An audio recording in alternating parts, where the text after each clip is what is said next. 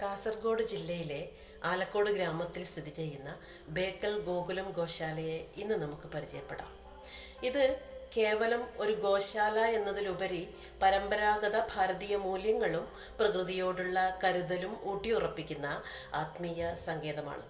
ഇവിടെ ഏകദേശം 9 ദേശീയ ഇനങ്ങളിലുള്ള 200-ലധികം പശുക്കളാണ് പരിപാലിക്കപ്പെടുന്നത്. വെച്ചൂർ, കാസർഗോഡ് കുള്ളൻ, മലനാട് ഗിദ്ദ എന്നീ അപൂർവ ഇനം പശുക്കളിൽ നിന്നും കിട്ടുന്ന ഉൽപ്പന്നങ്ങൾ ഔഷധമൂല്യം തിരിച്ചറിഞ്ഞ് പലവിധ ഔഷധങ്ങളായി മാറ്റി ആയിരക്കണക്കിന് ആൾക്കാരുടെ മൃതസഞ്ജീവനിയായി മാറിയതിൽ അതിശയോക്തിയില്ല.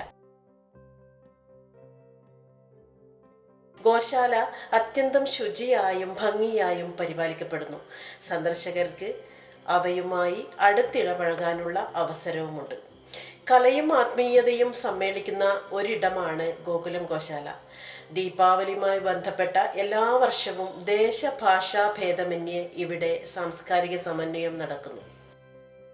3 നേരവും എല്ലാ സന്ദർശകർക്കും അന്നദാനവും ഒരുക്കുന്നതിലൂടെ മാനവസേവ മാധവസേവ എന്നത് അന്വർത്ഥമാക്കുകയാണ് ഇവിടം.